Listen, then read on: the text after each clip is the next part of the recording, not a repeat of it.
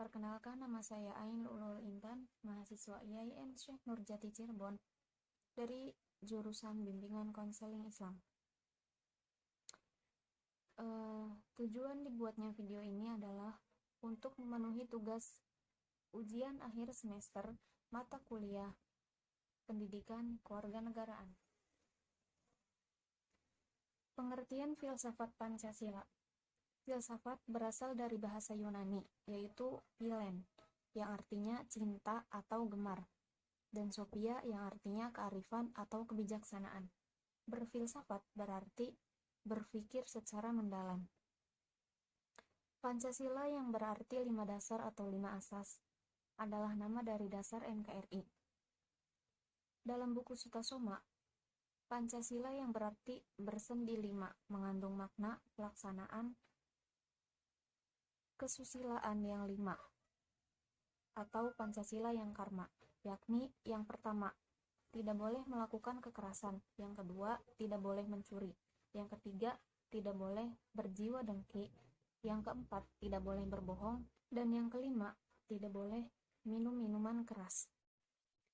Pada tanggal 1 Juni 1945, dalam sidang BPUPKI, Insinyur Soekarno mengusulkan agar ideologi Pancasila dijadikan sebagai dasar negara Indonesia, sehingga pada tanggal 1 Juni adalah ditetapkan sebagai hari lahir istilah Pancasila sebagai dasar NKRI. Pada hakikatnya, Pancasila adalah kristalisasi nilai-nilai budaya bangsa Indonesia yang majemuk, sehingga ideologi Pancasila adalah sebagai pandangan hidup dan dasar NKRI. Karakteristik nasional. Identitas bisa membangkitkan semangat kebangsaan bahkan agama. Oleh karena itu, dalam konteks keindonesiaan, identitas bangsa Indonesia harus dimunculkan sebagai identitas bangsa secara nasional. Istilah nasional tidak terlepas dari konsep nasionalisme yang berangkat dari situasi perjuangan, yang merebut kemerdekaan, dan yang dibutuhkan sebagai konsep dasar kebenaran rasional dari tuntutan penentuan nasib sendiri. Menurut Sartono Kortodirjo, nasion menunjuk kepada suatu komunitas sebagai kesatuan kehidupan bersama yang mencakup berbagai unsur dan berbeda dalam aspek etnik, golongan sosial, kebudayaan, dan lainnya. Negara nasional berfungsi sebagai wahana kelompok untuk beradaptasi, mempertahankan persatuan, memperkokoh integritasnya, serta mencapai tujuan eksistensinya. Pembentukan identitas nasional di Indonesia merujuk pada suatu bangsa yang majemuk, yang merupakan gabungan dari unsur-unsur suku bangsa, agama, dan kebudayaan.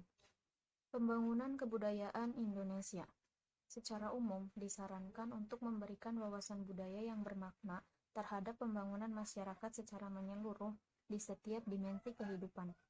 Dimensi kehidupan ini dapat berupa bidang ekonomi, sosial politik, hukum, pariwisata, transportasi, pos dan giro, kependudukan, pemuda, peranan wanita, pendidikan, dan agama.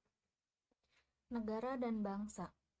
Di dalam KBBI edisi kedua, bangsa adalah orang-orang yang memiliki kesamaan asal, keturunan, adat, bahasa, dan sejarah serta berpemerintahan sendiri, atau bisa diartikan sebagai kumpulan manusia yang biasanya terikat karena kesatuan bahasa dan wilayah tertentu di bumi.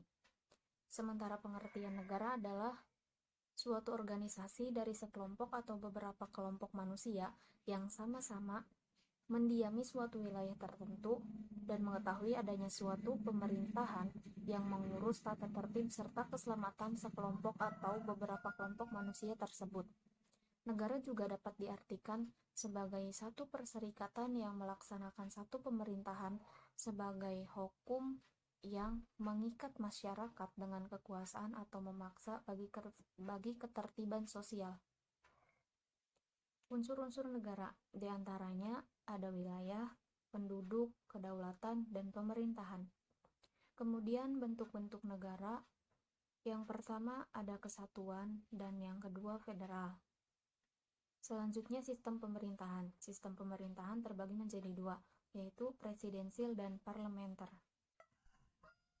Warga negara adalah warga suatu negara yang ditetapkan berdasarkan peraturan perundang-undangan, sedangkan yang dimaksud dengan kewarganegaraan adalah segala yang berhubungan dengan warga negara. Asas-asas kewarganegaraan. Yang pertama ada asas ius sanguinis.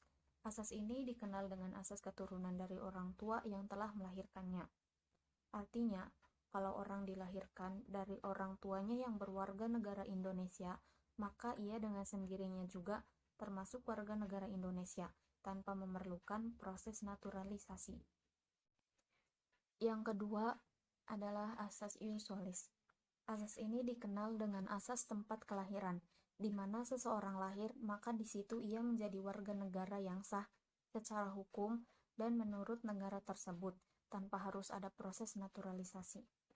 Kemudian selanjutnya, problem dalam kewarganegaraan. Yang pertama, terjadinya apartheid, yaitu para pengungsi yang kabur dari negara asalnya dengan alasan keamanan dan ketentraman yang tidak menjamin dalam kehidupannya, dan hingga mereka enggan untuk kembali ke negara asalnya. Yang kedua, terjadinya bipartid, yaitu seseorang yang bermukim atau bertempat tinggal pada sebuah negara lain dan langsung mengajukan permohonan atas status kewarganegaraan pada negara tersebut atau yang sering disebut dengan naturalisasi. Namun secara sembunyi, ia enggan melepaskan status kewarganegaraan tempat asal negaranya, sehingga ia memiliki dua status kewarganegaraan, yang pada dasarnya secara hukum ini tidak boleh karena akan menimbulkan pertanggungjawaban yang kompleks dan melaksanakan hak dan kewajiban sebagai warga negara. Hak asasi manusia atau sering disebut dengan HAM.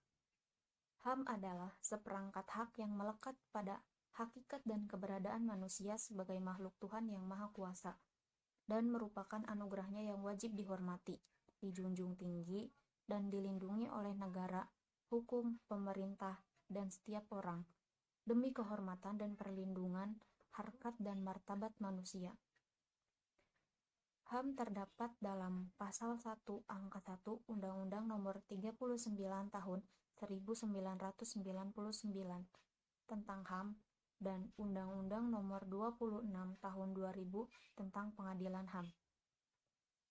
Pelanggaran hak asasi manusia adalah setiap perbuatan seseorang atau kelompok orang termasuk aparat negara, baik disengaja maupun tidak disengaja, atau kelalaian yang secara melawan hukum mengurangi, menghalangi, membatasi, dan atau mencabut hak asasi manusia seseorang atau kelompok orang yang dijamin oleh undang-undang dan tidak mendapat atau dikhawatirkan tidak akan memperoleh penyelesaian hukum yang adil dan benar berdasarkan mekanisme hukum yang berlaku. Sekian penjelasan dari saya, kurang dan kurangnya mohon maaf. Apabila ada kesalahan kata dan pengertian, wabillahi taufiq wal hidayah. Wassalamualaikum warahmatullahi wabarakatuh.